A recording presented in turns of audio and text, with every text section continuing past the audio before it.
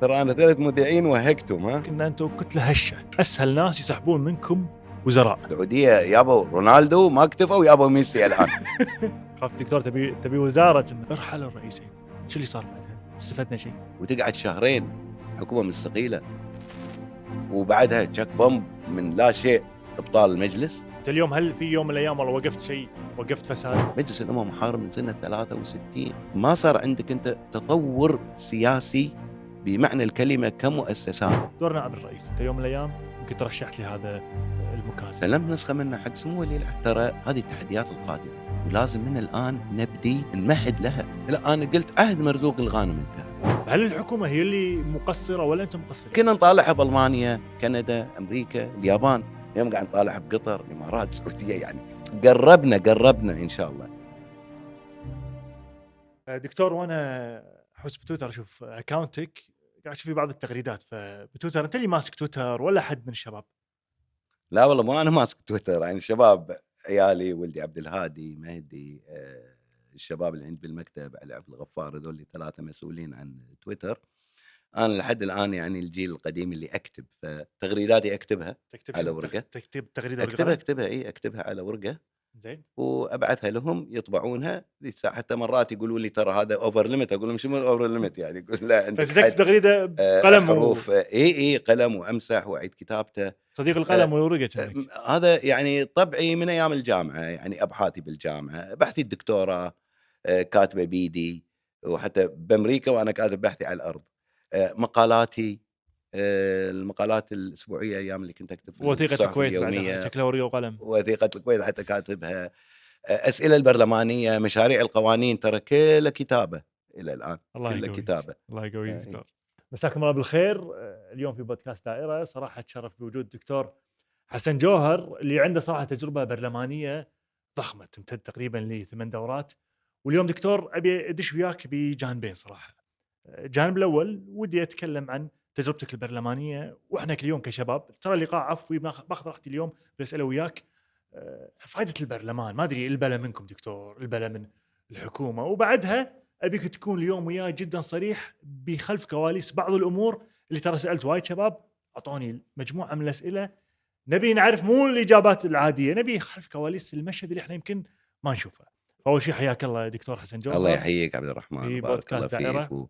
سعيد جدا يعني التقي مع شاب وما الله شاء الله يحييك. ناجح وفي عالم الميديا والسوشيال ميديا، وشيء طيب وفرصة هم الواحد من خلالك يتكلم مع شباب الكويت، بنات الكويت. نبي ناخذ راحتنا اليوم دكتور. نعم. بعيد عن إيه. اي لقاء تلفزيون وانا باخذ راحتي حتى اصلا في وياك. إيه. اخذ راحتك بس تكفى السقف. دكتور دكتور انت موجود ما شاء الله ب8 دورات برلمانيه. ترى انا 3 مذيعين وهقتهم ها. لا توهقني وياهم تكفى. انا ما ابي احد يتصل علي من رقم بيتي كنت راح النيابه حياك. دكتوره ما شاء الله 8 دورات برلمانيه. نعم. ابي تجربتك هاي في 8 دورات برلمانيه كلهم اكملوا مدتهم ولا؟ لا يعني تو تقول انت البلا منكم من جهات ثانيه من الحكومه. يعني انا تشرفت ب8 دورات من 96. غبت فتره حوالي 10 سنوات تقريبا، اقل شويه. حلو. ورجعت مره ثانيه، عاصرت مجموعه من الاجيال من 96 ل 2020. يعني امتداد يعني اجيال متعاقبه، ولله الحمد يعني قدرت اكسب ثقه الناس وامثلهم في المجلس دورات مختلفه. اقول لك شيء، يعني انا عاصرت 8 مجالس. نعم.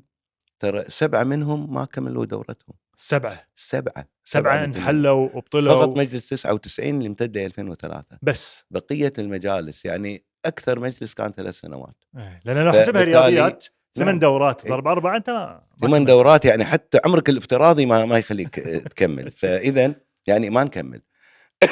المشكله مو فينا طبعا، يعني انا اقولها بكل اريحيه وبثقه. يعني اليوم مشاكل يعني الكويت اليوم مو أنت منكم. بالتاكيد مو منا. يعني انت اليوم تمثل الشعب في البرلمان. حلو. عندك وعود انتخابيه، برامج انتخابيه، سمي اللي تبي. واحنا افراد يعني كل واحد ينجح بجهده الشخصي. النظام الانتخابي كان يختلف. انا عاصرت 3 انظمه انتخابيه مختلفه. 25 دائره، 25 5 ب4 5 ب1، وان شاء الله يتغير ان شاء الله. ف يعني هذه ظروف. وكل الانظمه الانتخابيه ترى فرضت فرضا. عليكم. على المواطن الكويتي، نعم. باستثناء نبيها 5 اللي كانت إرادة الأمة وإرادة المجلس وتحققت. ومع هذه الحكومة ما سمحت إن إحنا نيبه بمجلس الأمة، الحكومة جابت نفس القانون اللي تبنيناه وصار الحراك الشعبي وفرض فرض فالحكومة تبنته. المهم يعني 8 دورات سبعة انحلوا. وتقريبا كل الدورات اللي شاركت فيها انحلت، زين. لكن كتجربة يعني لله الحمد وأرشيفي وتاريخي إن شاء الله أكون صادق مع الناس وثقتهم. تبين أنا يعني مشيت على نفس المنوال، ما غيرت مواقفي لله الحمد. مواقفك ما دائما شاء الله إيه، دائما دائما دكتور أصف معروفة. إلى جانب الشعب، مكتسبات شعبية، المكتسبات الدستورية، قضايا الحريات، الدفاع عن كرامة المواطن الكويتي، وهذه الاقتراحات اللي كنت أقدمها في هذا الاتجاه. كثير منها ما تحقق، مم. كثير منها ما دكتور انا تحقق. ما يخالف ابي اقاطعك إي. الحين. الناس لما تقول دكتور حسن جوهر 8 مرات موجود في المجلس، هل انت بهالثمان دورات قدرت تسوي شيء ولا خلاص يا اخي البرلمان ما نبي؟ دام اليوم قاعد نشوف اشخاص زينين قاعد يوصلوا للبرلمان مره مرتين ثلاث اربع، فساعات نحس يمكن ان اهميه البرلمان هذا ماك شيء. النواب قاعد يحضر جلسات، إي. قاعد يضبط واسطات وقاعد يمشي قاعد يفيد نفسه وربعه. إي. لا شوف يعني هذه النظرة مع الأسف إحنا عندنا ثقافة امتدت 60 سنة. هذه ثقافة يعني كانت عبارة عن وجود سلطة، تبي تحافظ على استقرار السياسي في البرلمان، تبي تكسب ولاءات، فلذلك ظهرت عندنا حالات الواسطة والمحسوبية وشراء نواب لمواقف سياسية معينة. نجحت الحكومة لفترة طويلة في هذا الشيء. آمم، أنا أزعم بأن لأ، البرلمان في كل الأحوال هذا حق كويتي أصيل، هذا اللي يملكه المواطن الكويتي. الحرية عندنا ولله الحمد كفلها الدستور والمشاركة السياسية. حلو. ليش نفرط في هذا الحق؟ شنو حتى لو تفيدني انا اليوم؟ شنو تفيدني؟ الحين أقول لك، حتى لو أخفقت أنت كبرلمان، الشعب الكويتي يغيرك بالدورة القادمة، وهذا حقه الأصيل. ليش نتخلى عن هذا الحق؟ أنا بس أبي المواطن الكويتي، عيالنا خاصةً الشباب الصغار، أنت هاليوم تقول أنا البرلمان مو عاجبني، من حقك تنتقده، بس يا أخي العزيز، يا ولدي، يا بنتي، يا أمي، يا أبوي، أنت لما تشوف تركيبة البرلمان هاليوم في 2020 2022 الانتخابات القادمة، أنت لك حق تصوت حق نائب واحد مرشح واحد، صح. فأنت مو مسؤول عن ال49 لا شاركت في اختيارهم، وتبي تحمل مشاكلهم على النائب اللي أنت منتخبه، ويحوش الطشار. يعني هذا ما هو تقييم سياسي سليم، ولذلك احنا نطالب بإعادة النظام الانتخابي، نطالب بأن المواطن الكويتي، الناخب الكويتي، الناخبة الكويتية لا يقدر يفرض برلمان يعبر عن وجوده. نعم أحيانا يصير ترند، يصير توجه، يصير رأي عام ضاغط، فتطلع توليفة متقاربة فكريا تلامس احتياجات الناس حلو. والرأي العام في هذه الفترة. ولكن ممكن موضوع واحد، ممكن قضية واحدة تفركش هذه الأغلبية. حلو. زين، لأن هني تعتمد على الأولويات الضيقة لكل مجموعة من النواب حسب المنطقة، حسب الطر، حسب التوجه الفكري، التوجه السياسي، فترد مرة ثانية تتخربط الحسابات. ولكن في القواسم المشتركة لا، أنت تقول إيش فادنا البرلمان؟ اي أنا أقول لك انا إيش اقول فادك لك يعني البرلمان؟ دكتور اي شو أنا فائده أقول إيش فادك البرلمان؟ انت البرلمان؟ اليوم هل في يوم من الايام والله إي وقفت شيء، وقفت فساد؟ طبعًا، طبعًا. يعني هذا مو من باب المنة ولا الفضل، ولكن هذا واجب. يعني لمّا تبنينا حزمة قضايا مكافحة الفساد، حلو. وهذا كان ترى في مجلس 2003 تقريبًا 2006، وهذه الحزمة اللي كانت العالم كله تنادي في قضية محاربة الفساد، وتشريعات معيارية نمطية، أكثر من 90 دولة في العالم تبنتها، وإحنا حالنا حال الدول هذه، فرضناها. قيس أنت آآ مؤشرات الفساد، مدركات الفساد اللي كانت قبل واللي صارت عقب بعد ما طلع القانون. نعم تقول لي شنو فايدة المجلس؟ أنا أقول لك، قيس أنت مدركات الفساد نفسها، وهذه أرقام، والأرقام ترى مستوحاة من مصادر محلية ورسمية حكومية ها. حلو.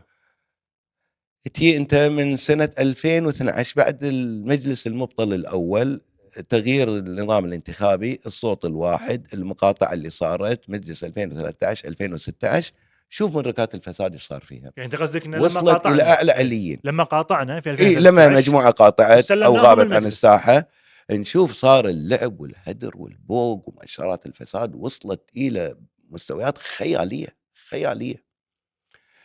كثير من القضايا اللي تصدينا لها في المجال السابق من 96 زين، حطينا لها حد، اقترحنا مجموعة من القوانين، الذمة المالية على سبيل المثال، قضايا التعيين في المناصب دكتور ما يخالف، شنو القيادية. الذمه الماليه؟ القضايا شنو موضوع الذمه الذمة الماليه؟ المالية هذا أيضا قانون نمطي مرتبط مع محاربة الفساد، أن أي مسؤول في الدولة بدءا من درجة وظيفية معينة، القيادات الوسطى للقيادات العليا، أنه يكشف عن ذمته المالية، أصوله ممتلكاته قبل ياخذ المنصب، وبعدين يكشف عنها بعد ما ترك المنصب. قبل هذا القانون ما هل كان في موجود. فجوة؟ لا، مو موجود. اها زين، هذا إنجاز، هذه حماية حلو. للمال العام. كذلك أنت يعني حتى لو المجلس كان في إخفاقات، كان في مجلس الأمة محارب عبد الرحمن، مجلس الأمة محارب من سنة 63. مجلس الأمة اختطف في سنة 67 تم تزويره، مجلس الأمة اختطف بالكامل وتم السبب ليش تعليقه، يزورونه؟ ليش؟ تم تعليقه من سنة 75 لسنة 81، تم تعليقه مرة ثانية من سنة 86 إلى 92. هذا كله على حساب المواطن الكويتي، على حساب البلد. هذا كله كان نتيجته تراكم حالات الفساد والمحسوبية والثقافة السيئة اللي احنا ورثناها الآن. فهي لازم يتم التصدي لها. ما صار عندك أنت تطور سياسي بمعنى الكلمة كمؤسسات، يعني المؤسسة التشريعية لم تتطور من سنة 63 إلى الآن. حلو. السلطة التنفيذية نفسها لم تتطور. تجسيد ما جاء في لجنة كتابة الدستور والمجلس التأسيسي اللي كان ينادي بأن تكون هناك أقلية برلمانية وأغلبية برلمانية، وعلى الحكومة أن تنسجم مع الأغلبية البرلمانية تجسيدا لإرادة الأمة في كل مرحلة من مراحل الفصل التشريعي كل 4 سنوات. هذا لم يترجم على أرض الواقع. حلو. فبالتالي إحنا كفاحنا مجموعة من الناس تصدت. أنا أقول لك إحنا اللي بنينا ترى على تراكمات الناس اللي سبقونا، من أمثال الله يرحمهم الله يطول عمر الباقين، رموز العمل السياسي في الكويت، جاسم القطامي، احمد الخطيب، سامي المنيس، عبد الله النيباري، محمد المرشد، هل الاساتذه، هالفطاحل بنينا على ما طرحوه، وقاعد نوصل ان شاء الله الى جنة ثمار. دكتور ما يخالف، انت اليوم تقول لنا فبالتالي بس انا نقطه واحده، هذا حق اصيل المواطن الكويتي، انت لازم تستخدم هذا الحق. اذا تركته غيرك يستخدمه، اذا انت ما استفدت منه في الناحيه الايجابيه غيرك ممكن يدخل ويستغله في الناحيه السلبيه. ترى يا عزيزي المواطن، انت عندك هذا الحق الدستوري، حق اصيل انت تملكه مثل ما تملك روحك، وهذه ارادتك، كرامتك، طموحاتك، تترجمها. اذا تخليت عنها غيرك ياخذها، فليش تترك الساحه؟ نعم، ترى كلنا زعلانين، كلنا تعبانين، ما نرضى حالة بلدنا كذي، بس لازم نستمر، لازم نصر، لازم نفرض إرادتنا. ولذلك أنا يعني تبنيت شعار الحملة الانتخابية الحالية، لنفرض العهد الجديد، العهد السياسي الجديد. حلو. نفرضه فرض، إذا في جهات مقصرة احنا ما نقصر. دكتور بدش على ما يخالف العهد الجديد، بس انت اليوم تقول 2013 كنواب، اليوم لما استلمت المجلس لجهه ثانيه صار في الفساد زاد. عندنا تجربه يمكن ب 86، انا هذا اللي اقوله، لو ان نعم. نلغي البرلمان، يعني 86 الكويت ما تطورت، ما ازدهرت، ما كبرت. لا، شوف أقول لك شيء وهذا من واقع. يعني دائما اقول ابي اطرح مثال، لو الكويت ما فيها مجلس امه. أنا أقول لك لا، الكويت يعني تعرضت إلى خطر وجودي بعد تعليق مجلس 86. بدينا في قضية السرقات اللي كانت في النفط، وبعدين في الاستثمارات والهدر، وتم تعليق المجلس. لما علق المجلس من 86 إلى 92، هذه فترة ما كان فيها مجلس أمة. أنا أيامها كنت أدرس دكتوراه. حلو. بعد ما رجعت الكويت سنة 92، طلبوا مني بعض النواب مراجعة تقارير ديوان المحاسبة في الفترة من 86 إلى 92، اللي فيها ما فيها مجلس. كان فيها 3 مجلدات مقيم ديوان المحاسبة الإخفاقات والهدر والسرقات اللي صايرة، موثقهم الديوان. أعطوني بعض النواب أنه اعطيهم ملخص وكذا. قسما بالله عبد الرحمن ما قدرت اخلص مجلد واحد. ليش؟ يعني بقيت انجلط من كثره الارقام المهوله اللي منطقه ديوان المحاسبه في الهدر والبوق والسرقات بوثائقها. زين. وصلت بس ما ادري خلال اول مجلد 6 مليار دينار كويتي. 6 مليارات 6 دينار مليار دينار هذا كويتي نهايه الثمانينات. سنه 80 هدر. بالثمانينات. هدر وبوق وتقاعس وفلوس راحت على الكويت. والسبب انه ماكو زين. مراقبه. ما في رقابه. زين. شنو ولد لنا غياب مجلس 85 والحياه الديمقراطيه وتعليقه؟ راحت البلد، صار الغزو. ترى احنا تعرضنا الى تهديد من العراق سنه 61.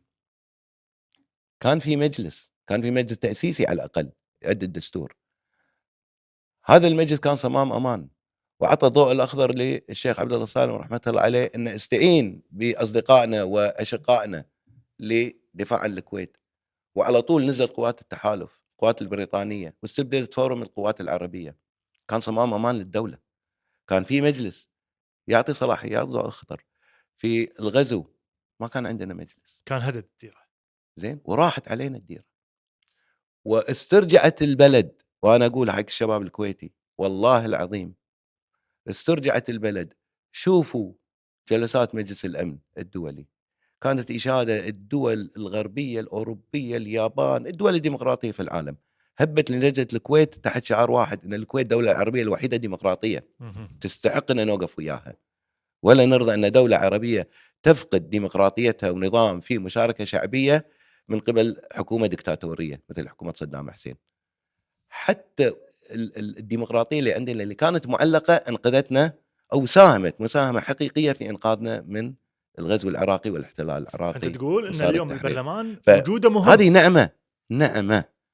هذا متنفس. هذا عبر عن قيمه الانسان، كرامه الانسان. ليش نفرط فيها؟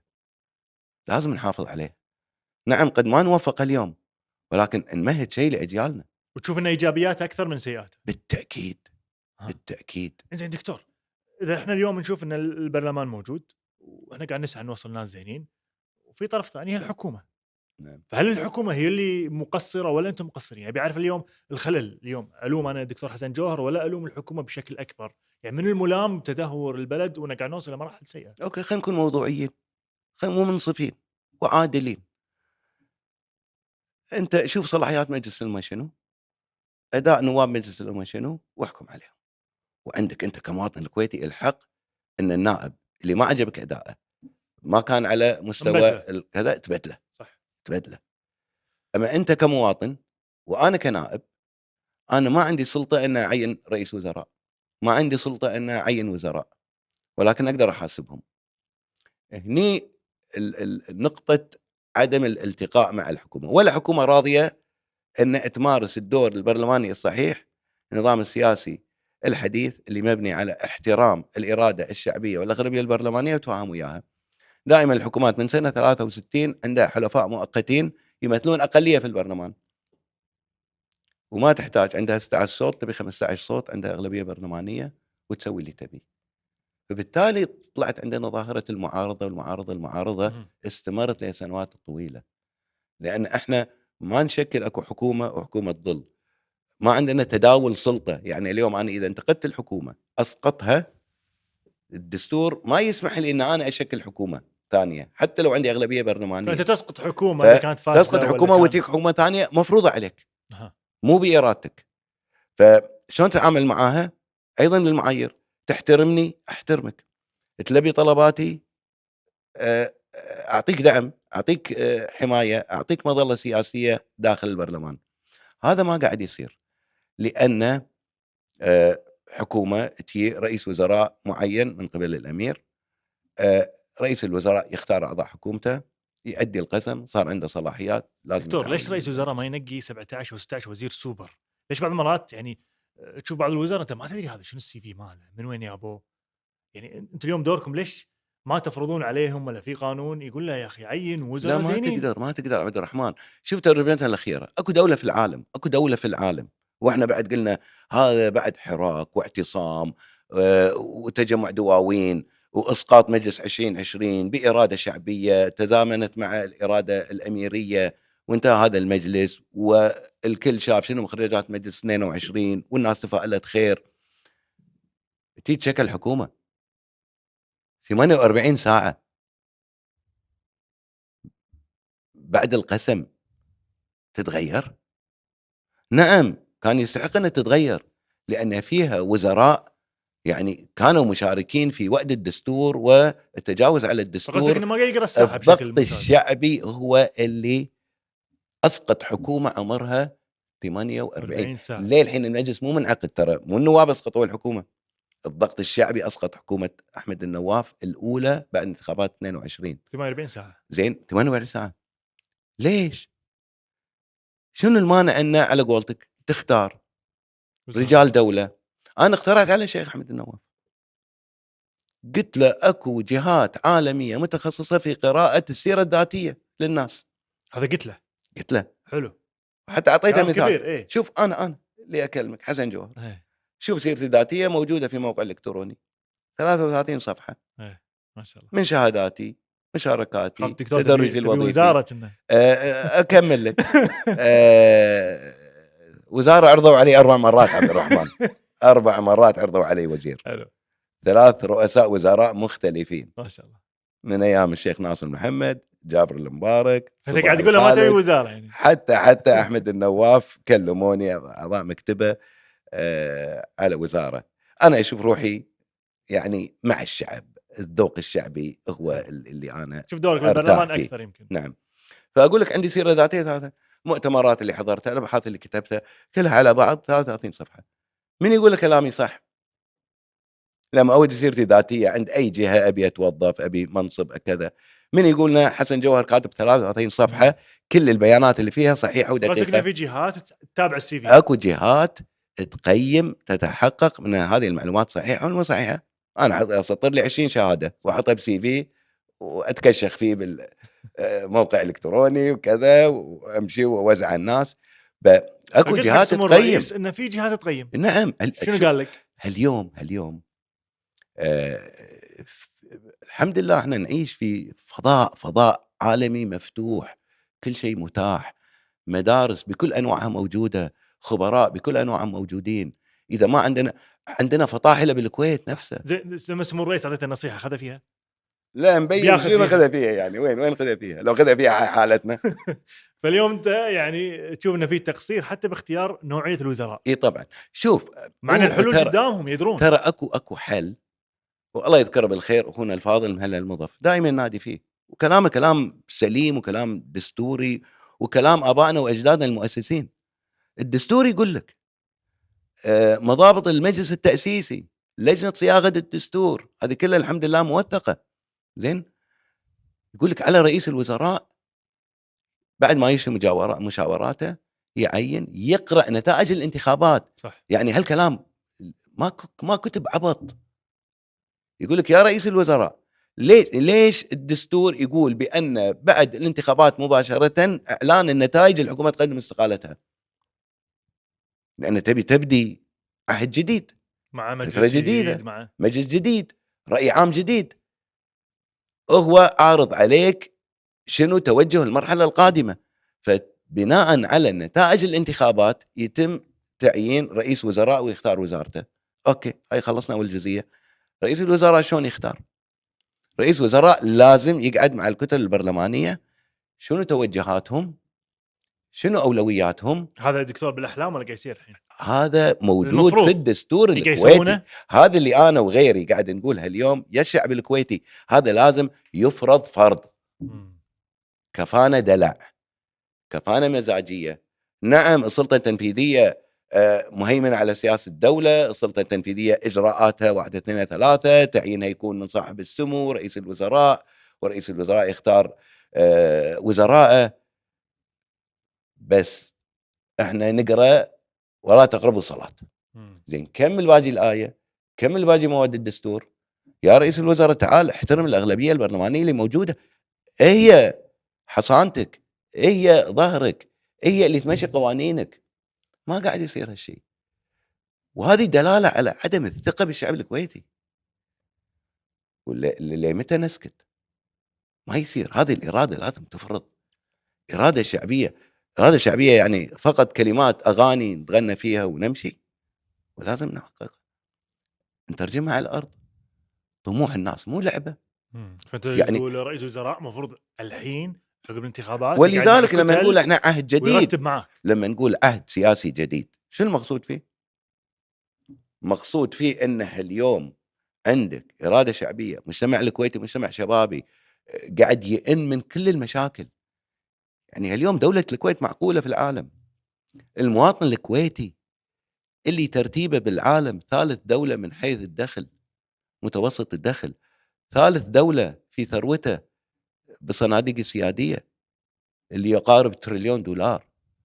معقولة هذا المواطن الكويتي لمّا يتزوج ويقدم طلب إسكاني، لمّا يسكن بيته ولده أطول منه، وولده مقدم طلب إسكاني، هذه يستقيم مع إمكانيات دولة مثل الكويت؟ هذا دوركم أنتم كنتم في البرلمان. يصير إن اليوم مواطن كويتي يتخرّج من جامعة راح تغرّب، بعثة، درس 4، 5 سنوات، صار مهندس، صار ب أي تخصص، يقعد 2 3 سنوات ببيته مو محصل وظيفة. لمّا تصير الميزانية متاحة للتوظيف، زين انحل مجلس الأمة، ابطل مجلس الأمة، لا اقعد ببيتكم لحد ما تشكل حكومة أنا شكو. دكتور اللي فهمته منك إنه قاعد تقدم أنت لهم برامج، قاعد تقدم لهم خطط. الحكومة ما أدري أنا إذا عندهم أصلًا رؤية والّا لأ. أنا قاعد أشوف دول الخليج اليوم، قطر، الإمارات، السعودية، مو قاعد يحطون لهم رؤية إلا قاعد يطبقون رؤيتهم اليوم. فباعرف ربعنا اليوم بالحكومة ولا القيادات، هل عندهم رؤية؟ شوف أنا باقول لك على ما أدري سِر ما أدري شنو يعني رئيس الوزراء عنده مكتب مبادرات، حلو. مبادرات، وكل اللي قاعد يقدمون شباب، بنات، رؤى مختلفة، مشاريع. آآ أنا وجّهت مجموعة يوني بمشروع خيالي، خيالي، حلو. وراحوا.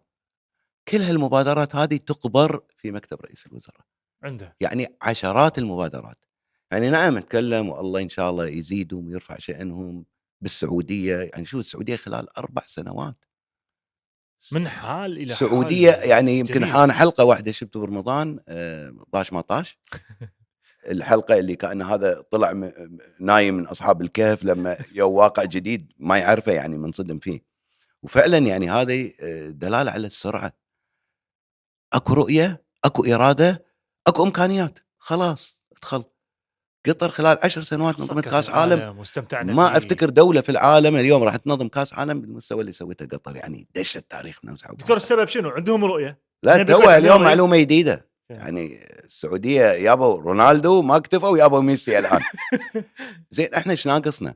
والله مبادرات، هذه كانت مبادرة لإنشاء مثل منتجع للمعاقين، حلو. والله شيء خيالي. إن المُعاق من المولود لما اللي في يعني عُمر متقدِّم، فوق ال80 سنة، 85 سنة، وكل شريحة لهم منتجعهم، لهم يعني منتجع مجمّع كامل، متكامل كامل، لذوي زين؟ الإعاقة. علاج، تأهيل، ثقافة، أمور اجتماعية، أهلهم يزورونهم، نظام فندقي، 7 جامعات ومستشفيات عالمية من ضمنهم هارفارد. إمم. لمّا شافوا المشروع قالوا إحنا ندش ونساهم مجانًا. هذا وين الكلام موجود يعني عند رئيس أنت الوزراء؟ شباب كويتي جايب لك جامعة هارفارد، حلو. شنو الجواب؟ شنو؟ not feasible. not feasible ليش؟ هذا لازم يجاوب المسؤول، شنو not feasible؟ يعني عندنا مسألة not feasible أنا أقول لك على حالتين، ما يخالف ندخل مجلس الأمة مرة ثانية. إيه. أنا كنت رئيس لجنة النفط ورئيس لجنة الإسكان، سوينا دراستين، دراسة حق إنشاء مدن إسكانية تعالج مشكلة 100,000 طلب إسكاني ب5 سنوات تعالجها. حلو. 100,000 طلب إسكاني ب5 سنوات، تعالجها. ب5 سنوات. أنت مقدّم هذا الحل. قدّموا حتى القانون صوّتنا عليه في المداولة الأولى، حلو. زين، وهذا بعد جهد جهيد واجتماعات ومناقشات وتوصلنا إلى حل متّفق عليه مع المؤسسة العامة السكنية، وقالوا لنا قابل للتطبيق.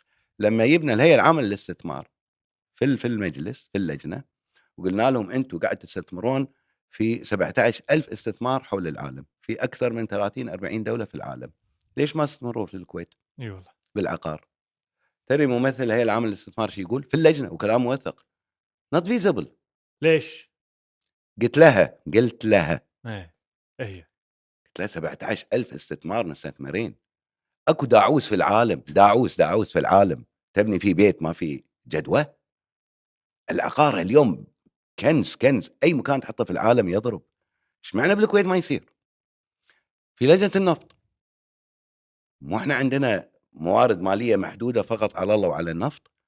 قدمنا لجنه نفط، ما صارت في مجلس 2020، صارت في 22، ورحب الاخ الوزير وجاب مؤسسه البترول الكويتيه، وقعدنا معاهم اجتماعات يمكن حوالي 13 اجتماع، وقدمنا لهم رؤيه وبمشاركه نخبه من فطاحل القطاع النفطي الكويتي اللي فاعطيتوهم رؤيه 30 40 ايه سنه في القطاع. حلو اعطيناهم رؤيتين لانشاء شركات لصناعه البتروكيماويات والمشتقات النفطيه. تدري جوابهم الاخير باخر من اجتماع؟ اللي جاوب؟ المؤسسه ايه مؤسسه البترول الكويتيه حلو not feasible نوت فيزو، كل شيء نوت فيزو عندهم. not feasible. ليش ما لهم يشتغلون؟ لا، ما عندهم تدري فلوس. الكارثه شنو؟ قبل اسبوعين تقريبا الامير محمد بن سلمان اعلن اعلان رسمي، قال من يوم رايح ما راح نبيع النفط السعودي نفط خام، بنبيع مشتقات وصناعات كيماويه. شلون بالسعوديه فيزبل واحنا مو فيزبل واحنا مقدمين دكتور المشروع؟ سبب، ما لهم خلق، ما عندهم فلوس، ما يحبوننا، يعني اكيد في سبب.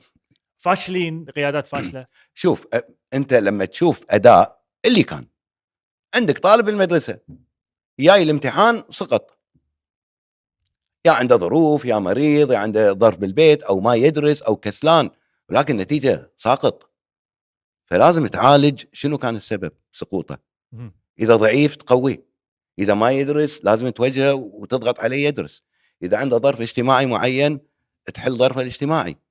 احنا هذا صاير ويانا على مستوى دوله، مصيبه يعني. شو تعالج؟ مثل ما نقول الشق عود، بس لازم في اراده. احنا ترى لهونا فقط بالسياسه والانتخابات، حلو ولذلك الناس تشبعت الان وتقول لك لا انا عزوف وشوف الفائده كذا.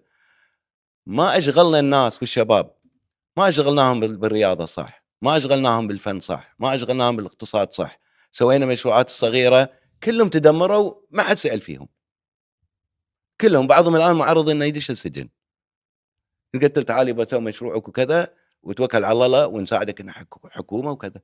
زين لما توقفوا في كورونا طقوهم بالطوفه، فانت تقول لنا ما الجهاز حد سال الحكومي عنهم. مترهل منتهي فاشل. يعني ولذلك نقول نبي عهد جديد. حلو والعهد الجديد ترى انت تفرض، لما تفرض الاراده الشعبيه مو معناته فقط برلمان وسياسه، اقتصاد، فن، رياضه، مشروعات.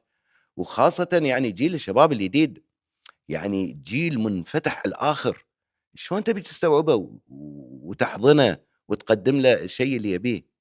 هو مساعدك هو جايب لك مشروع خالص يقول لك انا بقعد يقولون نوت فيزبل بمكاني دكتور، وكذا. يعني ايش تبي يسوي الشاب؟ يعني شو الاحباطات ليه متى؟ دكتور ابي ادش وياك تشخيص الحاله اللي طافت. نعم زين، مجموعه كبيره عندي من الاسئله، فنبي اختصر بعد شويه نعم بالاجابات لسبب واحد بسالك اياهم، لان انت داخل كنت معاهم وانت عارف خلف الكواليس بالضبط. يعني يمكن انت افضل شخص نساله عن الفتره اللي طافت والمجلس اللي طاف. رفعته انت اول ناس شعار رحيل رئيسين. نعم. ارحل الرئيسين، شو اللي صار بعدها؟ استفدنا شيء؟ رحل الرئيسين باراده شعبيه قويه. حلو زين، ترى شعار رحيل الرئيسين شعار شعبي حلو. ترجم داخل البرلمان، وبعد جهد وجهيد وكذا شو وهذا اللي تحقق. تحقق عقب مرحله؟ اوكي، يانا مجلس جديد، مجلس جديد تو بادي بسم الله الرحمن الرحيم، رئيس حكومه جديد، رئيس مجلس جديد، بدينا العمل، تشيك بوم، رئيس الوزراء زعلان ينسحب من الجلسه على قضيه القروض. هل هذا فن اداره الازمات؟ وتقعد شهرين حكومه مستقيله وبعدها تشيك بوم من لا شيء ابطال المجلس؟ زين، وين راح الجهد هذا كله؟ قلت لك العمر الافتراضي العمر الحقيقي لمجلس 22 شهرين وتسعة ايام. حلو. زين، ايش تبي تسوي؟ رجعت الناس الى نقطه الصفر. ما يستقيم هذا الامر. دكتور تشوف انت ان راح من الرئيسين اللي سنه فاتوا 2012 الى الان عبد الرحمن، 2012 الى الان 3 مرات ابطل المجلس من المحكمه الدستوريه. احنا دائما كان عصا التلويح والتهديد بالحل لسنه 2012، من 2012 الان المحكمه الدستوريه كل يوم مبطله المجلس. هل خلل اجراءات الحل؟ هل خلل بالمراسيم اللي طلعت؟ شنو السبب؟ زين دكتور الحين ما تدري. رحلوا الرئيسين الصبح الخالد ومرزوق غانم ويو رئيسين يدد اي احمد النواف واحمد السعدون. نعم. ما تحس ان اليوم حتى نهج العم احمد السعدون داخل جلسات نفس مرزوق الغانم الحكومه ما تحضر انا عادي افركش الجلسه وياهم وما قاعد نستفيد شيء. ابي انت اليوم دورك لما انت تشوف العم احمد عبد العزيز السعدون قاعد يسوي نفس اللي قاعد يسويه مرزوق الغانم نعم. يفركش الجلسه، شنو كان دورك؟ كلمته ناقشته؟ ابي اعرف الاشياء اللي ما سمعناها صراحة. انا اتكلم مبادئ. يعني ايا كان هذا رئيس سلطه تشريعيه له مهام معينه لازم يؤديها ويؤديها صح. رئيس وزراء، ما احنا رئيس المجلس يمكن المجلس يشارك في اختياره، احيانا يكون على مرامك واحيانا لا، يعني عكس توجهك بغض النظر يا رئيس. لازم يحترم اللوائح، يحترم الدستور، يعبر عن مجلس الامه مثل ما الناس لما تنتخب نواب هذول يعبرون عن رايها ومواقفها وكذا. رئيس المجلس لازم يعبر عن راي المجلس، حلو. لازم يوصل رسائل للمجلس، رايك انت لازم لما الحكومه ما لازم تحضر؟ يحافظ على هيبه وقوه المجلس، هذا دوره. رئيس الوزراء كذلك عنده مواصفات اللي تكلمنا عنها قبل شوي، يحترم الاغلبيه البرلمانيه، ينسجم معاهم، ينسق معاهم، يجتمع معهم باللجان، يوصل لنتيجه. حلو. لا يمكن نقارن احمد سعدون مع مرزوق الغانم، امانه ابي بهذا الموقف. امانه بس. ولكن يعني احنا اللي انتقدنا احمد السعدون او ابي رحت ناقشناه. كلمته. اكمل لك. لما انسحبت الحكومه رفع الجلسه اللي عقبها الحكومه ما حضرت معقد الجلسه. نعم كلمناه من على المنصه، انا صعدت لفوق، عبد الكريم الكندري من تحت القاعه، زين. وبعدين كنا نطلع نقاش وياه مفصل في الاستراحه، ما في جلسه رفعها الا كنا نتناقش وياه بقوه في الاستراحه. والرجل قالها علنها، قال انا نفس موقفكم بس ما ابي سوابق. ما يبي حتى قلنا له سوابق. والله هذه مو سابقه، هذه قراءه معينه للدستور.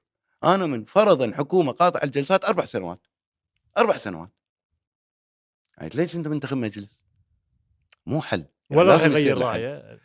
هو طبعا يقول على السوابق، حتى انا قلت له السابقه اللي انت مستند عليها من المجلس مزور 68، انا امشي على سابقه مجلس مزور. وفي خشيه ثانيه هو كان يعرضها، ان ممكن الحكومه تلجا الى المحكمه الدستوريه وتاخذ حكم وفق هذه الماده، وبالتالي هذا يصير ورقه قويه للحكومه ثبته. تستخدمها ايه. للابد. يعني الموضوع شائك شويه، بس هم لازم يصير له حلحله، هم لازم انت تضغط على الحكومه انها تحضر، حلو. هم لازم انت تقول على الحكومه. انا طلعت على البوديوم وقلت حق احمد النواف، قلت له ما نسمح ان انت تتعامل مع المجلس مثل ما سوى غيرك، صح. وتغيب عن الجلسات، وهذه فرصتك الاخيره انها تحضر، والا لازم تواجه، يكون في محاسبه، لازم هذه تفرضها فرض. زين دكتور ابي اعرف اهميه دور، احنا نعرف الرئيس اللي قاعد يسوي رئيس الوزراء، دور نائب الرئيس. انت يوم من الايام يمكن ترشحت لي هذا المكان، ابي دور انه في شخص يكون نائب للرئيس. نعم. هل هو شكلي؟ هل له دور فعال داخل المجلس؟ لا طبعا نائب الرئيس يصير عضو فعال في مكتب المجلس، يقوم بمهام الرئيس في حاله غيابه. حلو. يعني دور مهم جدا. بس انا لما ارتئيت ان اختار ارشح لمنصب نائب الرئيس كان عندي رساله ووضحتها خلال بعد الحمله الانتخابيه لما الله وفقني طرحت، قلت بان احنا عندنا عهد جديد، رئيس وزراء جديد، مجلس جديد، وبالتالي لازم الوعود اللي قلناها للناس تتحقق. فبالتالي انا قلت احنا اشتغلنا مع مجموعه من النواب على مشروع بلد، على مشروع بناء وتنميه بجهد جماعي، ولكن اشتغلنا فيه ميدانيا. فبالتالي هذا المشروع خليه يفعل. كنت ادعو ان نائب الرئيس منصبه يفعل، يصير حلقه وصل، ورشه عمل اول شيء داخل المجلس، تنسيق ما بين النواب، وضع اولويات، وبالتالي هو المكلف انه يكون حلقه وصل بين الحكومه لتحديد المسار، وضع الاولويات، وعرضها على المجلس واقرارها، حتى نكسب وقت. يعني لا نتاخر بجدل وتاخير وكذا، فيكون عندنا برنامج عمل زمني واضح باولويات متفق عليها، وخلاص نحط القطار على السكه. هذا انا كان توجهي لما رشحت لنائب الرئيس. زين دكتور، تميزتم كل المجلسين اللي طافوا كان عندكم كتله. نعم. لكن ما ادري اذا اكون صريح معاك ان انتم كتله هشه، اسهل ناس يسحبون منكم وزراء. ف ابي رايك لما تكونوا انتم كتله 6 شوي ساحبين احمد روح الدين، بعدين سحبوا بدر الملا منكم، فهل تشوف هذا تصرف صحيح ولا كان هي رغبات شخصيه من بعض اعضاء إيه. الكتله نودهم يكونوا وزراء؟ شوف أنا أقول لك أنت قلت كتلة هشة، ايه. ترى اللي صار لأن كانت أصلب كتلة في المجلس، ولذلك دائمًا مستهدفة، دائمًا يبون انت من يقللون من الكتل شأنك. المميزه صراحه. زين؟ لأ لمّا أنت إشمعنى أي رئيس وزراء ياخذ عضو من الكتلة يسويه وزير؟ وليش لأنه الكتله يدري هذه ليش من اعضائهم أقوى الكتل البرلمانية. راضين؟ بعد هذه تعتمد على الرغبة الشخصية، ما كنتوا الإرادة الشخصية. تتشاورون انا بصير وزير بلى، نفط؟ لا بلى، لا انه يقول لك انا بصير وزير نفط. بلى، إحنا كنا ماخذين وعد طبعًا مجلس 2020 ايه. لا محال إن دكتور حمد راح حيدش الدين. حكومة صباح الخالد طارحين فيها الثقة 3 مرات. ايه. ترى أنا عرض علي وزير حكومة صباح الخالد، أنا عرضوا علي وزير، وجهه نظرك كانت شنو؟ انه بدر الملا أيامها عرضوا عليه وزير. لا أنا عندي برنامج رئيس الوزراء ما احترم إرادتي، ما احترم برنامجي، ما احترم العرض اللي قدمنا له إياه في بداية المجلس من 18 نائب. أنا طارح فيه ثقة 3 مرات، أروح أصير وزير تحت إمرته؟ مو معقول، مو معقول. والحكومه اللي طافت زين؟ محمد نواف. الحكومة اللي طافت أيضًا وصل لنا رسالة يبون وزراء، طبعًا بعد الحكومة الثانية بعد الحكومة اللي طاحت 48 ساعة. زين؟ بعدين الأخ بدر قبل يعني وما عرض علينا رئيس الوزراء، وهذه ترى من أيضًا راح لدايركت. الأخطاء السياسية. رئيس الوزراء قعد ويانا ككتلة، ورايك انه قاعد يفكك وقعد كتله؟ مع الكتل الثانية. زين؟ أثناء الاجتماع ما قال يا جماعة أنا أبي دعمكم، قال أبي دعمكم، بس ما قال تساعدوني بتمثيل بالحكومة. راح دايركت لشخص. يروح دايركت لشخص معين يقول، وهاي طبعًا يعتمد على قرار الشخص نفسه، ولكن إحنا كله في كل الأحوال أي واحد يروح بإرادة فردية، بإرادة شخصية، هذا حقه المطلق، ولكن ما نعتبر إن إحنا ممثلين في الحكومة، ولا إن هذا مدعاة إن إحنا نعطي حماية لرئيس الوزراء في حالة وجود أحد الأعضاء اللي كان بالكتلة وزير. دكتور معروف ان نائب البرلمان المفروض يعني يتناقش مع الناس، لكن من صار حكم المحكمه الدستوريه وانت كنت ساكت الى الفتره اللي طافت، فشو اللي خلاك تكون ساكت بالفتره اللي طافت؟ طبعًا عضو البرلمان لازم يكون صادق وشفاف مع ناخبينه، مع الرأي العام. بس في الفترة الأخيرة بعد صدور حكم المحكمة الدستورية، أنت عبد الرحمن أي كويتي إيش أقول في الفترة؟ إبطال المجلس من لا شيء، على طول بعد إبطال المجلس شفنا مسرحية، مؤتمر صحفي ملخ فيه أحمد النواف، ويبونا ندش المعمعة. زين؟ اليوم أنا عندي ملاحظات قوية، ويمكن وايد سردت لك أحداث على أحمد النواف. إذا ركبت الموجة صرت بصف اللي انتقدوا أحمد النواف، وتدري شنو موقفهم وهذا بالشارع. تبي تمدح أحمد النواف، إيش تمدحه فيه؟ يعني نعم تبنى بعض القضايا اللي أعطيناه في المقترح برنامج عمل الحكومة، التزم بال100 يوم، بس على أرض الواقع كتنفيذ ما سوى شيء. هم هذا ممكن الواحد يقول إنه تجربة جديدة، كان في علامات أو مؤشرات تعاون مع المجلس، بس انسحابه من الجلسة وتكرار التجربة السابقة وتعطيل المجلس. أنت قبل 3 شهور سمو ولي العهد لما يلقي خطاب الأمير ويقول لا للتعليق، لا للتعطيل، لا للحل كذا، أنت عطلت المجلس، أنت علقت الدستور شهرين. وهذا حالك اللي حال خلاك تكون ساكت دكتور. حالك حال صباح الخالد اللي احنا استجوبناه. زين؟ فعلى شنو مثلا افزع لك وامدحك؟ فلذلك كان السكوت كانت رساله، السكوت كان هو بحد ذاته موقف. ولذلك شوف مو بس انا، احنا هذا الموضوع ترى تناقشنا فيه مجموعه كبيره من النواب، وارتئينا انه يكون هذا في المرحله القادمه وكان ان ضبابيه نسكت، يمكن لان مشهد ان ولا شنو نسكت. بالنسبه لك؟ نعم. تبي تحط حالك حال المحكمه الدستوريه، تناشب المحكمه الدستوريه، تقع في محظور قانوني. نعم الحكم مو قابلينه.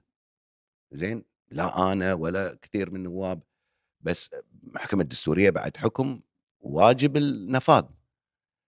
فلذلك البديل الآخر إن أنت ترجع إلى الأمة مرة ثانية. نعم كلفة، نعم إرهاق، نعم يعني شعور الناس بصدمة، بس هذا واقعك يعني لازم تواجهه. فلذلك يعني كان السكوت موقف قوي، موقف معبّر. أنا عندي صراعات مكان ثاني، أنا ليش أنقلها؟ ليش نصير؟ إحنا دائمًا، أنا واحد من الناس أقول أنا إن شاء الله أكون مستقل، لا محسوب على هالجهة ولا محسوب على هالجهة، ولا أفزع مع الشيخ الفلاني ولا الشيخ العلانتاني ولا أفزع مع فكنت الرئيس. تتفرج وتطالع ف صراعهم. لأ، لازم الأمور شوية الرؤية تتوضح، وأظل على مبادئي. رئيس وزراء هذه مقوماته، هذه المعايير اللي أنا على ضوءها أدافع عنه، أنسجم معاه، أدخل معاه كشراكة سياسية لتنفيذ أجندة واضحة. هذا هو. بس غير هذا أنا شكو في قضية الصراع. ما لك شغل في خلّي الصراع. الصراع يعني بمكانه، ولا أدخل طرف. وهذه أنا يعني طريقتي ذبتي من 96.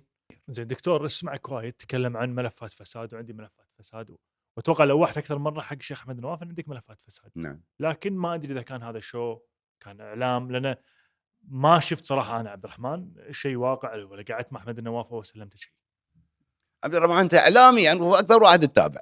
اي بس شفتك زين؟ تلوح، بس نعم. ما ادري صارت في لا، لا. خطوات جاده. أنا أثناء الانتخابات، الحملة الانتخابية اللي فاتت، يعني استعرضت بعض ملفات الفساد اللي أنا كنت متبنيها وغيري، حلو. وقلت إن هذه يعني مرة ثانية نبي نعطيها بوثائق جديدة، نعطيها للشيخ أحمد النواف كرئيس وزراء. وصلتني معلومات عن تجاوزات جديدة، بعد. من ضمنها تأمينات، غير موضوع التأمينات، غير موضوع الأرباح الوهمية اللي أعلنوا عنها، العمولات اللي كانوا ياخذونها أعضاء مجلس الإدارة والمدراء التنفيذيين في التأمينات نظير مشاركتهم في مجالس إدارات شركات تستثمر فيها التأمينات. حلو. وأيضا إيداعات نقدية من بعض المسؤولين الكبار بمبالغ كبيرة. هذه الآن ففي طرحتها في الحملة تجاوزات الانتخابية. تحت ايدك كانت. نعم. وهذه قلتها أنا، قلتها في لقاءين أثناء انتخابات 22، نبي خلف الكواليس الاشياء اللي ما وقلت وعدت شفناها. الناس إن أنا هذه الملفات سوف أسلمها لسمو رئيس الوزراء بتاريخ 8 نوفمبر، حلو. يعني 3 أسابيع من المجلس. أخذت موعد وبمعية الأخ الكريم هلال المضف، حلو. ورحنا حق رئيس الوزراء في قصر السيف، ها. وسلمت هذه المعلومات، معاكم الملفات والمعلومات. أعطيته إياهم، وأعطيته بعض الحلول حتى. سلمته معلومات عن شركات متخصصة في استرداد الأموال المسروقة من الحكومات، بعناوينها، بإيميلاتها، بتلفوناتها، بأسمائها. اوقفك، بس شنو هالشركات؟ زين؟ وظيفتها؟ هذه متخصصة في استرداد الأموال المسروقة من الدول، من الحكومات، ففي واقع ان شركات تؤدي وشركات هذا الدور. ناجحة، وشركات ناجحة، واستردت أموال بمليارات الدولارات. حلو. وأيضا زودته بأسماء ناس متخصصين ممكن يساعدونه تحديدا في صندوق الجيش. وبالاجتماع ايش قال لك؟ فخذ الأوراق وتشكر مني أمانة. لما ما شفت ذاك التجاوب حولتهم إلى أسئلة برلمانية. مهم. وين الشو في الموضوع؟ يعني أنا طول عمري من 96 إلى 2020 موجه 11 سؤال برلماني لرؤساء الوزارات. مهم. مع الشيخ أحمد النواف وجهت له 11 سؤال برلماني. يقول تعبتوا. وين الشو؟ هو يقول تعبتوا. ترى هذه أحد الأسباب اللي أنا قدمت أسئلة برلمانية. أنا ما كنت حاضر الاجتماع اللي حضر وقال إن الأسئلة البرلمانية تاخذ وقتنا، أو لمح بطريقة أنا ما أسمع الدايركت، ولكن نقلوا لي بعض النواب الحاضرين. أنا بعد هذا الحادثة قدمت 11 سؤال. لرئيس لا، الوزراء. مو النائب تقول له ما توجه سؤال، لأن السؤال البرلماني ممكن يفيدك. سؤال برلماني ممكن أنت لما تبحث فيه وتطلع إجابات تطيح على نقاط قصور، تطيح على تجاوزات، تطيح على حلول. فليش إنه تلمح للنائب إنه وظيفة النائب إنه يوجه أسئلة برلمانية؟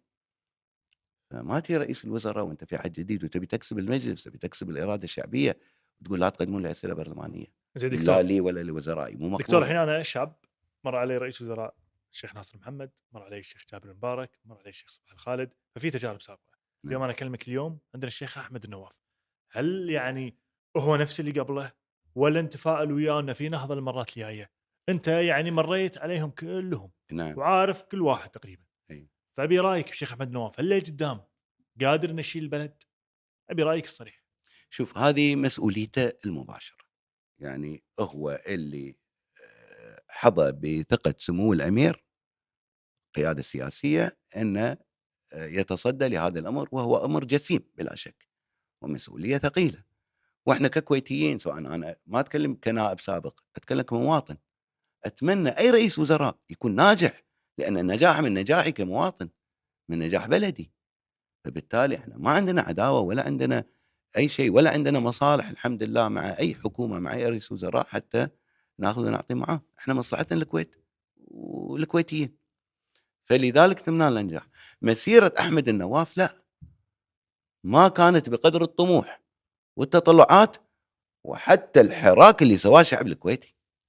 يعني أنت طلعت من رحم حراك كبير، فرض رحيل رئيسين وعهد جديد وانتخابات جديدة، وباركها سمو الأمير، باركها سمو ولي العهد في خطاب تاريخي. هذا أدائي. فتشوف اداءه سيء للحين؟ يعني شوف، أحمد النواف طبعا كان عنده فرصة، ويمكن لا زال إذا جدد له بالمرحلة القادمة عنده فرصة تاريخية، عنده فرصة نحط تاريخية. لنا تفاؤل زين، بسيط نتفائل فيه. لازم نتفائل. أنا لذلك أقول لنفرض هذا التفاؤل، لنفرض هذا العهد، لنفرض هذا النمط من التغيير، لنفرض تغيير المنهجية الحكومة والتفكير الحكومي. هاي لازم يتغير، لازم يتغير.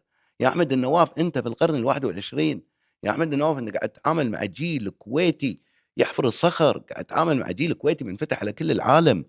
ما يصير هذا أداء حكومة، ما يصير أكثر من مئات المناصب القيادية في الدولة فاضية.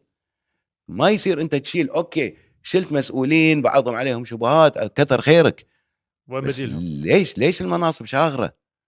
ليش يتخرج طالب من الجامعة الآن بالآلاف تقول له لا ما أعينك أنا لما تخلص الانتخابات؟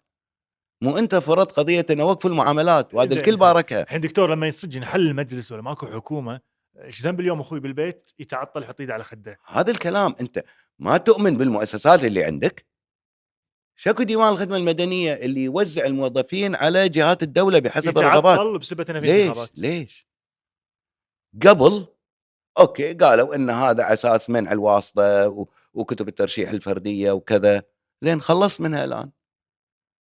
زين شو اللي يمنعك إن هذا الطالب أو هذا الخريج يروح يلتحق بوظيفته، يتوكل على الله، يبدأ حياته؟ ليش يتأخر 3 أشهر 4 أشهر؟ لا وبعد الله خير، يعني إذا كل سنة كل 6 أشهر حل مجلس بطال مجلس، يعني بيتعطلون. يتمرمط الشعب الكويتي. زين دكتور، مو المجلس مقبول. 2022 كان احس انه في ضغط على المجلس ان انتم ما سويتوا شيء، ما اديتوا شيء، ما اشتغلتوا، شنو سويتوا؟ واحس انا وجهه نظري ان الملام مو انتم 100%، الملام الحكومه اللي شفطت على الجلسات كلها وانسحبت ومشت وكذي. لكن انا ادري اليوم ان النائب له على قولتهم دورين وتمثيلين في البرلمان، انه يحضر الجلسات ويحضر اللجان. نعم. انا بعرف خلف كواليس اللجان، يعني هل انتم حضرتوا جلستين 3 4 وقعدتوا بدواوين وبالبيوت، ولا كنتوا تعقدون الجلسات وشغالين وقاعد تسوون القوانين؟ يعني ابي اعرف هل في انجازات بالمجلس 2022 يعني ولا كان والله ماكو شيء؟ أنا أقول لك بكل صراحة عبد الرحمن، يعني أنا من الناس وإن شاء الله أكون صادق وإن شاء الله أكون بريت ذمتي. يعني أنا يمكن من الانتخابات كانت زياراتي للدواوين قليلة جدًا بعد الانتخابات. أحد الأسباب إنه كنا نقعد في المجلس في اللجان، أنا كان عندي 3 لجان، نقعد في المجلس ساعات شنو متأخرة، اللجان أحيانًا ليل، موجود أحيانًا فيها؟ ليل. أهم لجنتين طبعًا اللجنة الإسكانية ولجنة النفط. حلو. يعني من أنشط اللجان اللي كانت، ولا بخسًا بحقوق اللجان الأخرى. أنا اليوم طلبت إحصائيات بعمل اللجان خلال فترة المجلس المبطل، وتقارنها مع أي مجلس رغم صغر المدة الزمنية. يعني اللجان اجتمعت، يعني اللجنة الإسكانية إحنا فقط الاجتماعات الرسمية تقريبًا 17 اجتماع، اهم. لجنة النفط 13 اجتماع، زين؟ ترى المجلس كله 5 اجتماعات، مجلس جلسات قاعد مجلس هناك الأمة اجتماعات 5 أكثر. جلسات زين. يعني. فأنت اللجان يعني كانت لجان شغالة، ساعات العمل كبيرة، التقارير المنجزة عددها كبير، يعني إحنا باللجنة الإسكانية 43 تقرير ما شاء الله، خلال شهرين، ما شاء الله. وموجودة على جدول الأعمال. دور اللجنه الاسكانيه زين؟ توفر لي سكن، صح انا كمواطن؟ بالضبط إي. زين لأ مو بس سكن، إحنا حطينا حزمة تشريعات لمعالجة الوضع العقاري بالكويت ككل. ابي امثله دكتور، لو على المجلس كان، السريع، لو على مثلا السريع. الحكومه ما سحبت عليكم وانتم تقاريركم وقوانينكم قدمتوها، شنو كان ممكن يتغير خلال ال7 اشهر اللي فاتوا؟ كان سعر البيت اللي أنت اليوم قيمته نص مليون، أرض شارع واحد، كان ينزل إلى 200,000. شلون؟ لما أنت تفرض رسوم على الأراضي الفضاء المحتكرة وحابسينها. يعني هذه اشياء هذه حركة. سويتوها، إي خالصين منها. فرض رسوم على اي ارض أراضي فاضيه. الفضاء.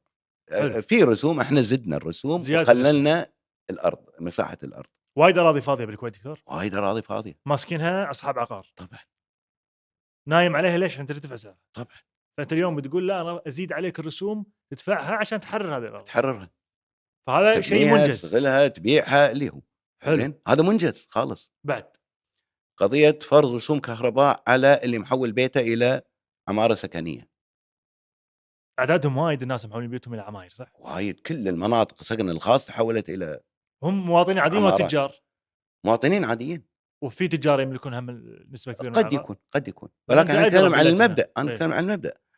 انا يعني افهم انا حالي حال اي كويتي، انا عندي ولدي مسوي له شقه فوق، متزوج وقاعد عندي، حلو. هذا اوكي. بس انا اروح ابني لي دورين واسكن ناس باللي هو في منطقه سكن خاص عشان اخذ فلوس، وازيد الضغط على الخدمات اللي في المنطقه، على شنو؟ نعم انا ادري ان هذا مواطن كويتي ممكن عنده اسره صغيره وده يعيش السكن الكويتي، حلو. يعني لا يا اخي، انتم اصحاب العمارات الاستثماريه، كيف عمارتك بالنمط اللي يريح المواطن، الاسره الكويتيه، وترزق الله من وراهم، حلو. مو عيب. فانت كان هدفكم رفع رسوم الكهرباء. اي يعني انا ما انا العمارات الاستثماريه حاط لها رسوم اعلى، وهذا قاعد ياخذ كهرباء مدعومه ومأجر بيته. السبب لعدم وقاعد- تحويل المناطق السكنيه العماير اتوقع. اي هذا اللي صار اليوم. تدش مناطق سكن خاص تشوف البيوت صارت على 4 و5 طوابق، حلو. على حساب منه يعني. هذه النقطه الثانيه. النقطه الثالثه قضيه المدن الاسكانيه. شنو هي؟ المدن الاسكانيه يعني انشاء شركات للمدن الاسكانيه وفق النمط العالمي. وتراها مره ثانيه اذا بنروح على التجربه السعوديه خذت هذه الفكره من الكويت. السعوديه خذت الفكره من الكويت. وزير طبقوها الاسكان عندهم. الحجيل حضر مؤتمر في الكويت واعجب بالفكره واخذها وراح طبقها. طبقها في السعوديه وصار وزير الاسكان وتوسع فيها. خلال 4 سنوات السعوديه بنت 500,000 وحده سكنيه. 500,000 ما شاء الله. دكتور ما يخالف تشرح لي إياها الفكرة. رفعوا عدد اللي يملكون بيوت من السعوديه، كان نسبتهم قبل 5 سنوات 6 سنوات 20%، الان ما شاء الله 60% من الشعب السعودي يملك بيت. بيت ما شاء الله. زين اشرح لي هذه الفكره. شركه عالميه ولا كويتيه ولا عادي؟ عالميه يعني، شركه عالميه حتى لو كويتيه بس مواصفات عالميه. شركه المؤسسه العامه للرعايه السكنيه هي اللي تنشئ الشركه. حلو. حصه الدوله فيها 20%. حلو. مواطنين 50% اكتتاب. والشريك احنا الاستراتيجي مساهمين بعد بالشركه. حلو. 50% اكتتاب. النسب ممكن تتغير بحسب دراسه الحاله وبحسب يعني جاذبيه المشروع والجدوى الاقتصاديه منه واستماله الشركات الى اخره. انا اعطي هذه الشركه تبني لي مدينه مثل الصابريه، انا ابي 30,000 وحده سكنيه في هذه المدينه. 70% اعطي حق المستثمر من مرافق عامه، بنيه تحتيه، بنيه فوقيه، مباني الحكومه، منتزهات، انديه رياضيه، مستوصفات، مساجد، كل ما تحتاجها المدينه بالكامل وفق مواصفات حديثه. حلو. طبعا تكون صديقه للبيئه، فيها مثلا طاقه متجدده الى اخره يعني، وهذه كلها متاحه اليوم في العالم. والناتج انت خلال تقدم هذا المشروع كمواطن عندك طلب في الرعايه السكنيه، تقدم على اي نموذج. طبعا كل النماذج متاحه. حلو. كل النماذج متاحه. واذا ما تبي اي نموذج من هذه النماذج تبي ارض وقرض كالعاده، هم هذا حقك محفوظ. فقصدك ان الشركه تبني لنا بيوت؟ تبني بيوت. ايش كثر تكلفني بشتري بيت؟ انت يعتمد تبي تبني بيت على قدك 70,000، هاي 70,000 تبي اخذ بيتك اكثر من هذا انت تدفع الفرقيه. وهذا المستثمر عنده حق انتفاع في المدينه هذه الى 50 سنه. انتفاع مثل شو؟ يسوي له مول، يسوي له كل شيء. وانت كمواطن شريك، وانت كحكومه شريك، وهذا مورد دخل للدوله. فوفرنا على الدوله فلوس. وفرنا اراضي وبيوت. المواطن اعطيناه حقه، وايضا يكون شريك ومتابع في العمليه نفسها. قللنا احنا سوات 3 شركات تبني لك خلال 5 سنوات 100,000 وحده سكنيه، غطيت الطلبات 3 سنين انا سكري 100,000 وحده. زين الحكومه وهذه ترى تجارب السعوديه سووها، في الامارات سووها، بالبحرين سووها. انت هذا انجزته في اللجنه؟ هذا انجزناه الحمد لله وصوتنا عليه. شفطت. لا بهذه لا حرام. اي بهذه لا والله طلعنا باتفاق. طلعت باتفاق. طلعنا باتفاق وصوتنا. والله انا متحسر، يعني الاخوان كانوا متحمسين يقولون خلينا نصوت عليه مداولتين، يعني بس هذا قلنا شيء ممكن خلينا ينجز. نتريث انه اذا في ملاحظات بالمداوله الثانيه نعدل بعض المواد. بس طبعا فالمجلس انحل الجاي راح المجلس تكمل هذا الملف باذن الله، اذا يعني بعد 3 الله سنين ان شاء وفقني. الله. اذا الله وفقني هذا اكون من اول القوانين اللي راح تنجز ما شاء الله. ان شاء الله. ونأسس الشركات ان شاء الله ناخذ بيوت. اي نعم. فيعني كان في عمل من 2022 وطبعا واجد. الغاء الوكاله العقاريه ايضا شنو يعني خلصنا. وكاله عقاريه؟ وكاله عقاريه انا اروح اشتري 3 بيوت ومو مسجلهم باسمي واقدم على الرعايه السكنيه. يعني مهم ماخذ عندي بيتي او عندي اكثر من بيت ومزاحم الناس على دورهم. فتنظيم سوق العقار. تنظيم سوق العقار هذا كان مشروع يبي له شويه شغل، مشروع فني بحت على غرار البورصه. يعني مثلا عندنا بورصه شركات واسهم، تصير بورصه للعقار. حلو. يكون فيها شفافيه، يكون فيها يعني العرض والطلب، قوى السوق هي اللي تتحكم، تحرر العمليه من الاستحواذ، من الشريطيه، من الدلالوه، من اصحاب العقار الكبار الهوامير، تحررها بالكامل. تكون الاسعار وفق العرض والطلب في كل منطقه، بدل ما تروح تكلم لك شريطي ويزايد لك على المكان، تدش السيستم تشوف هذه الاراضي بالفيحة الكثر، بالأحمدية الكثر. وهذا مطبق بالعالم ولا شيء طبق جديد؟ كل دول العالم. عبد الرحمن ترى ما يبنى شيء من عندنا، هذه كلها تجارب الدول حوالينا قاعد نشوفها. تحتاج بس قبل كنا نطالعها بالمانيا، كندا، امريكا، اليابان، اليوم قاعد نطالعها بقطر، الامارات، السعوديه. يعني ما يصير، فلازم ما نطبقها، يصير لازم والله. نفعلها. اتس ا ماست مثل ما يقولون. ها هذه ضروره وبدون تأخير. لازم تصير. يعني اذا هالامور الملحه والمستحقه واللي فيها تجارب ناجحه، ترى هذه كلها شغل حكومه والله، حتى ما يحتاجون مجلس، فيها قرارات تنفيذيه وايد فيها الامور هذه. بس تقاعس الحكومه يخلوا هذا يعني لا منه ولا فضل، والله حبا وكرامه يعني، وبجهود ناس مخلصين وناس خبراء وقاعد يساعدونا قدمها حق بلدنا. زين دكتور، اسمعك وايد بلقاءات تتكلم عن شيء اسمه مفوضيه العليا للانتخابات. نعم. ودائما الناس تقط هالمصطلح وتمشي. اي ابي بس تعطينا بدقيقه شنو يعني مفوضيه عليا، شلون انا كمواطن او كسيستم سياسي بالكويت ممكن نستفيد منه. اوكي. المفوضيه العليا للانتخابات هيئه مستقله يتم تشكيلها، مسؤوله عن العمليه الانتخابيه من بدايتها الى نهايتها.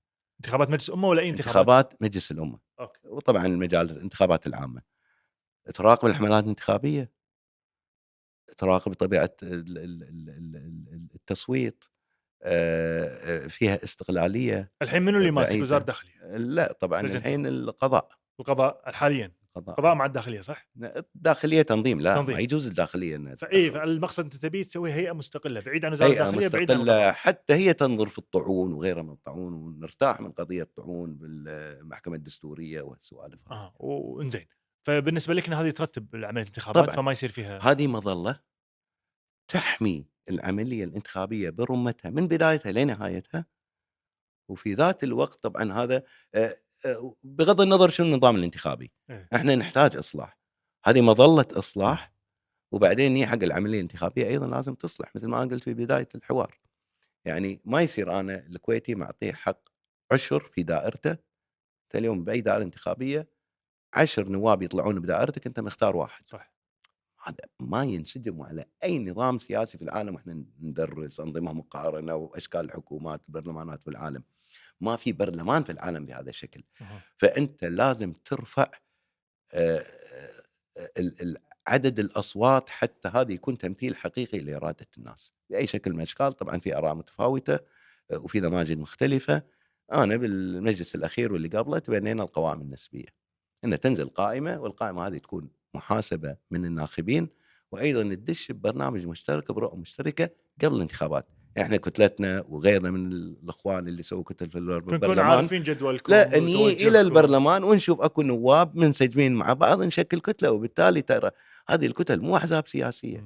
بالتالي واحد يطلع يصير وزير، واحد بموقف ممكن يصوت غير عن الباقي، شيء طبيعي، لان انت مو جاي حزب سياسي تكتل كثر خيرهم. يعني النواب اللي يقعدون يحطون لهم مجموعه قوانين، مجموعه افكار يبلورونها ويدافعون عنها. بس فما بالك وقاعد تنجح، فما بالك اذا هذه الكتله انت شكلتها قبل الانتخابات وباركها الشعب الكويتي والناخبين ووصلت، تعطي زخم اكبر بالتاكيد. صحيح. دكتور، الفتره الجايه احنا كشباب المفروض نتفائل نصوت، نطنش الانتخابات. ابي كلمه حق الشباب. لا حرام يعني.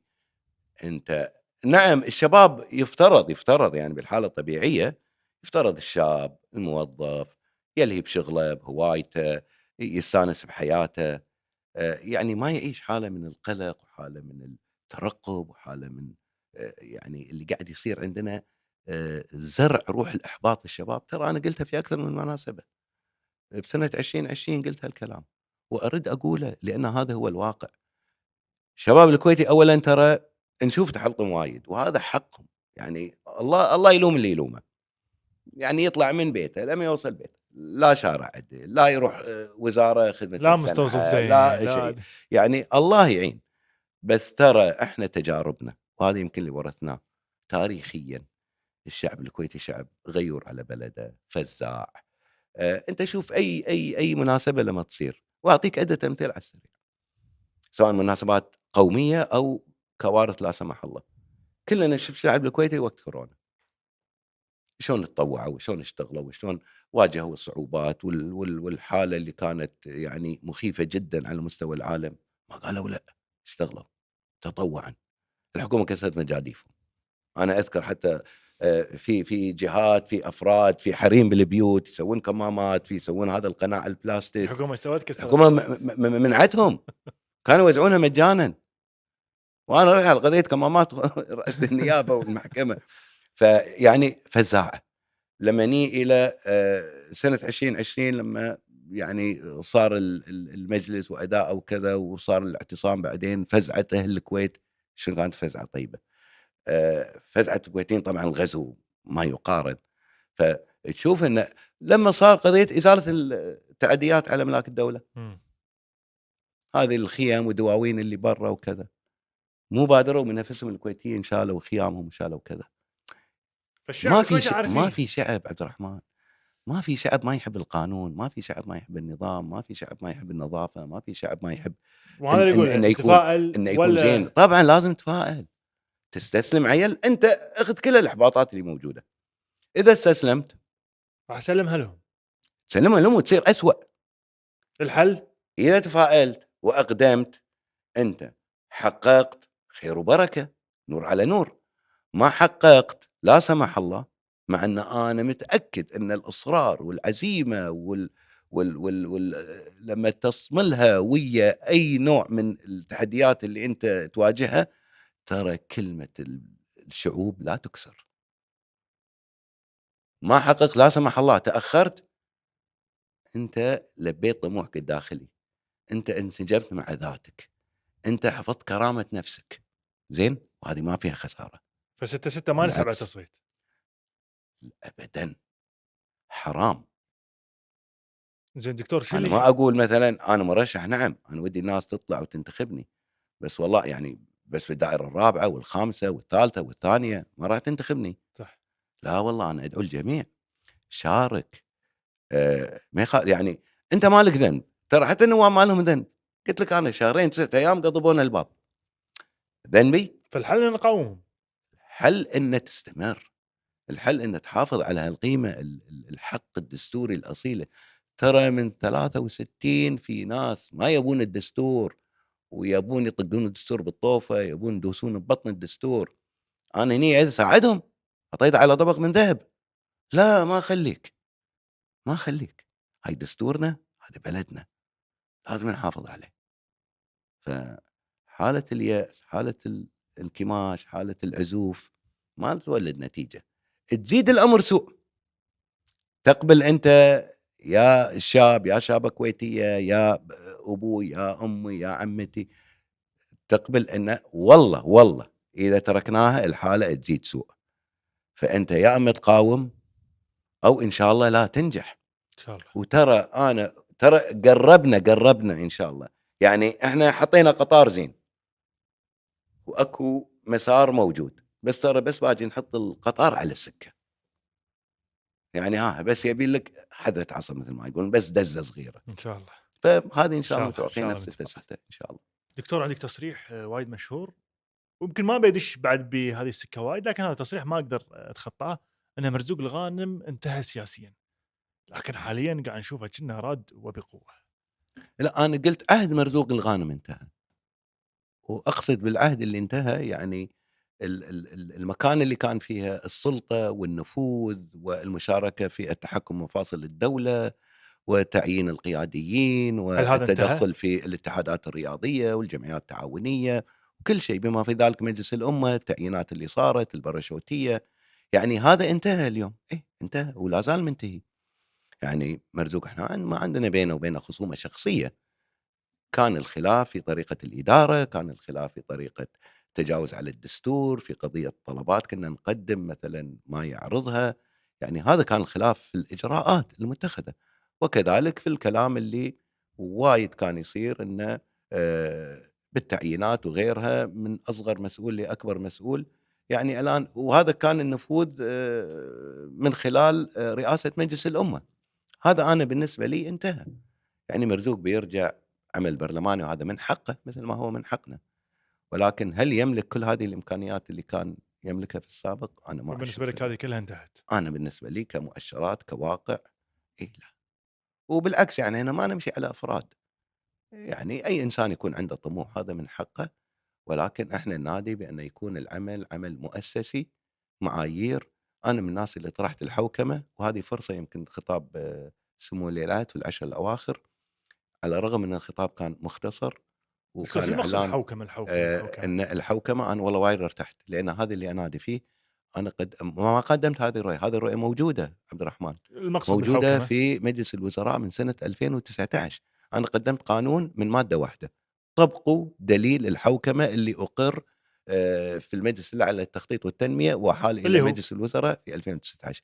حوكمة باختصار إن أنت يكون العمل مؤسسي وفق معايير ثابتة، موضوعية، منصفة، عادلة، مطبقة مثال، في جميع مثال الأجهزة مثلًا بقيادي والّا والشركات. بتوظيف والّا؟ أي عندي قيادي، أنا أحط معايير لهذا القيادي، يطلع عبد الرحمن فاز على كل اللي موجودين بذراعه، بخبراته، بمؤهلاته. هني التحيز الشخصي ما يدخل صفر كطرف، يكون تحيز شخصي. صفر. منو اسمه، تبع منو، يفوج ولذلك ليش منو؟ الشركات اللي تطبق الحوكمة ناجحة؟ هدِّك من الشركات، شركات تقول قطاع خاص وأرباح، وقاعد يحقق نجاح باهر، لأن أنا كصاحب حلال، أنا يبي بالنسبة الأفضل. لي أبي حلالي، أبي أرباحي، فحتى لو واحد لا منسجم وياه لا فكريًا ولا ولد أخوي ولا من عائلتي ولا شيء، لمّا أجيبه أشوف إن هذا مدير تنفيذي ناجح يحقق لي أرباح، أنا ما يهمني شنو أصله وفصله، يهمني مؤهلاته، كفاءته، وشنو إنتاجيته. هذه الحوكمة باختصار، وهذه الحوكمة مرة ثانية نقول إنها مطبقة في كثير من دول العالم، الآن دول الخليج قاعد تطبقها، والكويت؟ الكويت عندنا دليل الحوكمة من 2019 إيش قاعد يسوون فيه؟ دليل؟ مزروع ما أدري وين قاطينه بمجلس الوزراء، بس. ولذلك أنا أضطر كنائب أقدم قانون وهذا إجراء تنفيذي، يعني فقط يطلع فيه قرار من مجلس الوزراء، بتفعيل دليل تعميم هذا الحوكمة. الدليل على كل أجهزة الدولة. فكل صاحب كفاءة، كل صاحب. اضطر انا اقدم قانون ان فعلوا دليل الحوكله اللي مركون عندكم قاطينه ما ادري وين مجلس الوزراء تعالوا فعلوه. راح يحل لك كثير من المشاكل والتدخلات والواسطات والمحسوبيات. كذي يكون المواطن الكويتي ياخذ حقه بذراعه. فدكتور وراكم هذا شغل اللي وايد نبيه. المجلس الجاي. لا والله ما عندنا شغل وايد. قصدي امانه القوانين امانه موجودة بس المجلس اللي تطبيقها. جاي راح يكون مجلس مرتاح من الهوم ورك. ها هوم سويتوه. ورك كله صاير، انت فقط شلون تفعله وشلون تحطه على الاجنده وتصوت على القوانين المهمه وتحط حيز التنفيذ. وطبعا هذا ما يصير الا مره ثانيه رئيس الوزراء ينسجم مع اغلبيه برلمانيه عندها قوانين اصلاحيه، مشاريع اصلاحيه، وخلاص تاخذ طريقها ونرد، يعني يكون بلد مؤسسات، بلد استدامه، إن شاء الله. تنميه، معايير. بإذن الله. وهذه مو غريبه يعني على اي قيادي ناجح.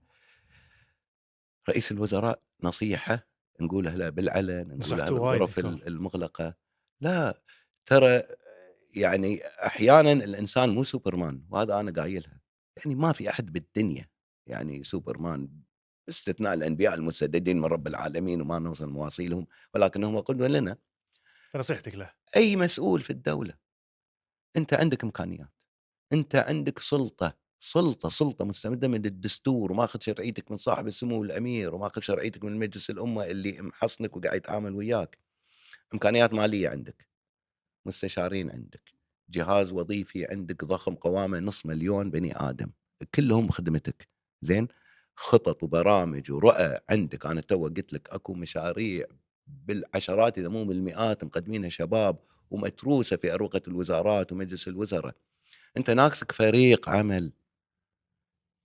شنو مانعك؟ شنو حاكرك؟ شنو اللي معرقلك إن تحط فريق شباب كويتيين مخلصين لك، مخلصين للبلد، يرفعون برنامجك، يرفعون رؤيتك. أنا الكلام قلت له حتى اللي يسمعوا لي الحين.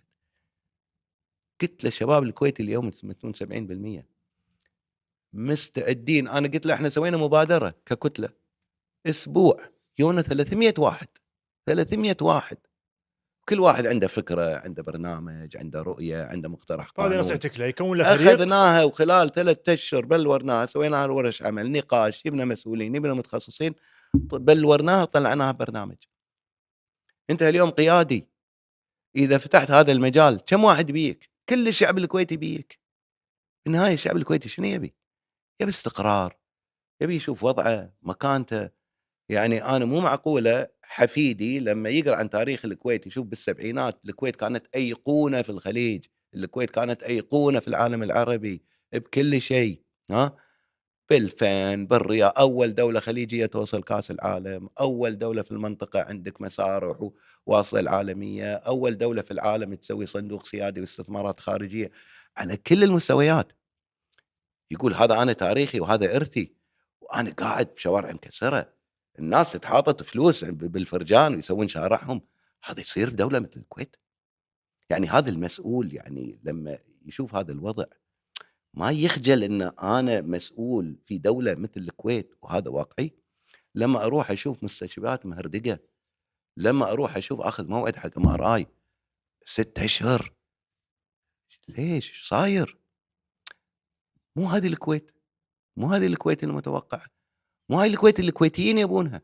الكويتيين يبون دولة ثانية، يبون بلد مرة ثانية، بلد نظيف، مزدهر، زاهر. إحنا سمعة الستينات والسبعينات للحين خادمتنا عالميًا، ليش ما نستثمر فيها؟ نحتاج بس نرتبها نحتاج ونستثمرها. بس قرار. إذا القرار متردد ردينا مرة أخرى إلى الشعار لنفرضه، لنفرض عهد جديد، باذن الله. وهذا قادرين باذن عليه الله دكتور بإذن الله إن انا شاء واحد الله. من الناس راح متفائل بالمجلس القادم. على قولتك الهوم وورك خالص وجاهز، بس يبي له شنو؟ فرض. إي على نعم. قولتك هذا صحيح، صحيح، الاصلاح صحيح. يعني صراحه ما عندنا اي مجال نعطيه فرصه اولى وثانيه وثالثه ورابعه. هو لازم يصير فرض، سواء من الناحيه النيابيه او حتى من ناحيه بإذن الله. الحكومه، ومن ناحية الشعب، من ناحيه الشعب ان شاء الله. إذا الشعب يوما أراد الحياة فلا بد لابد للقيد للقيد أن ان ينكسر. ينكسر.